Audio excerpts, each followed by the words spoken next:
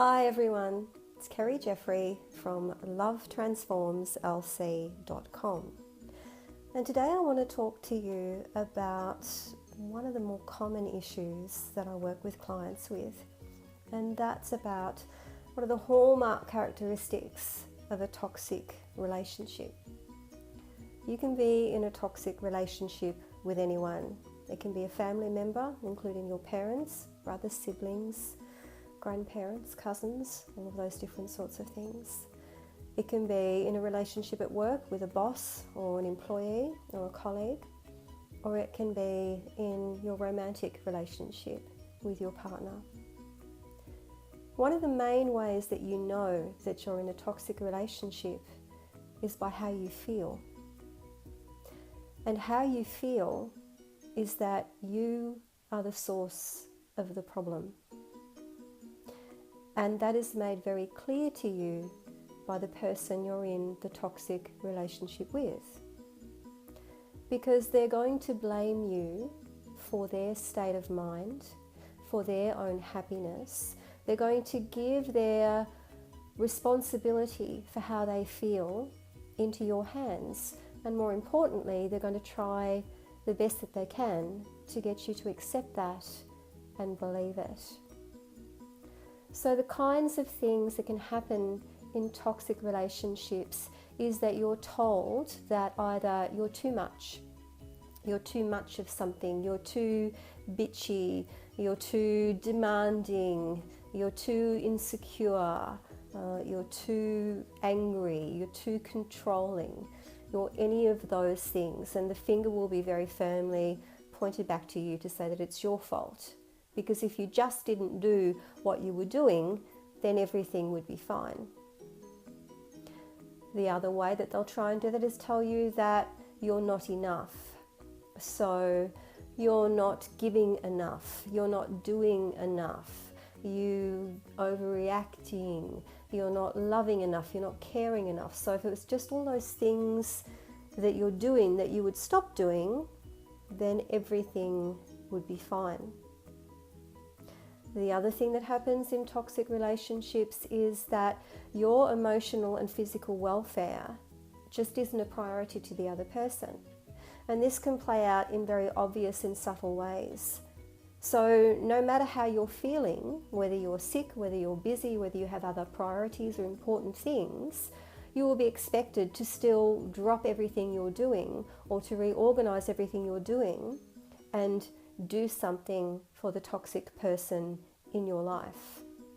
And they don't care how sick you are, how poor you are, how stressed you are, how busy you are. None of that matters. They just want you to do what they want you to do when they want it.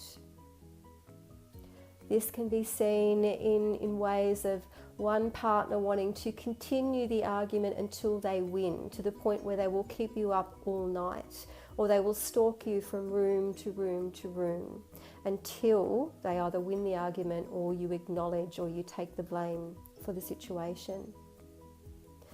But if you're in a toxic relationship, it's always going to be made clear to you that it's your fault.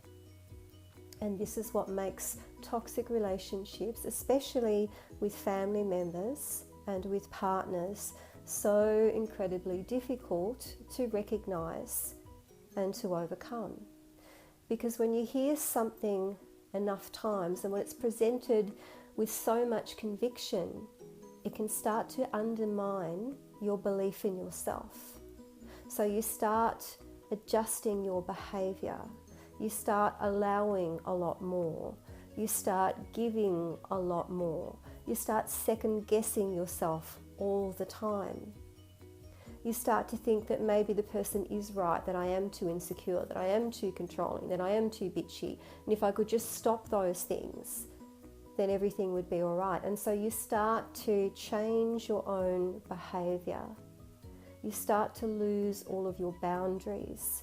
You start to live your life walking on eggshells all of the time. So our mind loves a problem, and the toxic relationship is a problem that all the resources of the mind go into solving. And so you will be consumed by this. You will keep trying different things. You will keep thinking over the conversations. You will keep finding ways to avoid the conflict. You will start finding ways to keep them happy. So your focus moves from you, where it should be, onto trying to anticipate the needs of the other person all the time to keep the peace, or to gain approval, or to feel loved. And as this goes on over time, you lose yourself. And it stops you from being able to see the situation realistically, because in a sense, you become brainwashed when you believe what the other person says. And there's a whole lot of other things that can go along with this, particularly if you're in a relationship with a narcissist, which involves lots of gaslighting, denial of the, the reality that you're experiencing, that can really mess with your mind. So what can you do to start to overcome this? It's a 3-pronged approach that you need. So the first and most important thing is you have to give back responsibility for the emotional well-being of the other person to them. It is not your job to make them happy. It is not your job to placate them or please them. You are not responsible for their state of mind, their actions, their choices, their behaviour, even though they may have told you explicitly that you are responsible. You are not responsible. The only person you are responsible for is you. So the second approach that you need is to find out what factors are going on in your subconscious mind that are keeping you locked into this. So where is the anxiety coming from? Where is the people pleasing coming from? Where is that fear coming from? So it's about rebuilding your confidence in yourself as a worthwhile, deserving, loving person who is more than enough for anyone. And the third stage is actually getting some new skills, so learning how to communicate clearly, learning how to set boundaries, learning how to take responsibility for your own life and happiness, and to let go in a way that allows you to get back in control of your own life. Now this can feel incredibly threatening, because remember, you've been told it's all your fault. You've been told this for maybe a long period of time, and maybe it's actually reinforced relationships you've had in the past, because generally if you've been in one toxic relationship, you tend to attract more because it's what you know, and in a sense it's comfortable. And a comfort zone can be a very uncomfortable place. It just means it's somewhere where you know roundabout what's going to happen, so it can be predictable. You know how to deal with it, you know what the rules are. It may still be really uncomfortable, demoralizing, devastating, all of those different things. So comfort zone is not a physically comfortable, safe place to be. Your comfort zone can be your worst nightmare, but it just means, in a sense, you're used to it. You're in that routine, you're stuck on that hamster wheel going around and round and round. So there's a lot of work that needs to be done with breaking free of a toxic relationship. It doesn't always mean the relationship ends. A lot of people who come in to work with me are scared because they think that the first thing I'm going to do is insist that they leave the person. And that's not the case.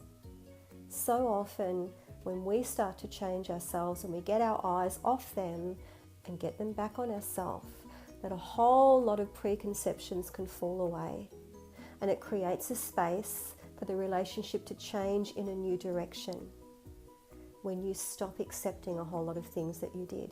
So don't think it means you have to give anything up. Ending a relationship is a process that you need to go through, and that is your decision. I have seen many relationships improve in ways that the person never ever imagined could be possible.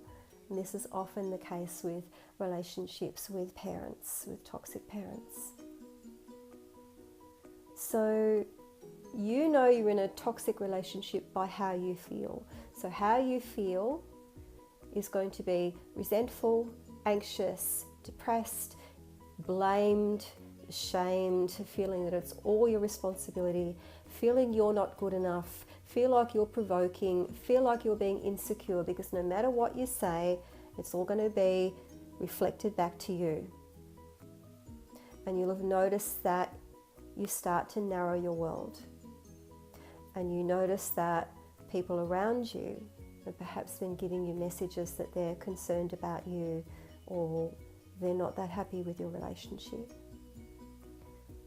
You're the most important thing in your life.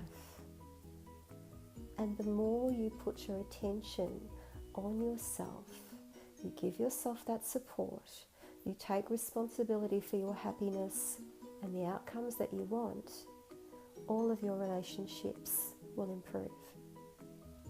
So if you have a toxic relationship in your life, book in with me today for your free 20-minute discovery session. You can do it right here on this page or through my website. Let's talk about what you're stuck in and let's look at the options. Because I'm here to tell you, you deserve so much more. You deserve to be happy, you deserve to feel loved, and you deserve to be accepted. So I look forward to talking to you next Friday. Thanks for watching, thanks for listening, and I'll see you then. Bye for now.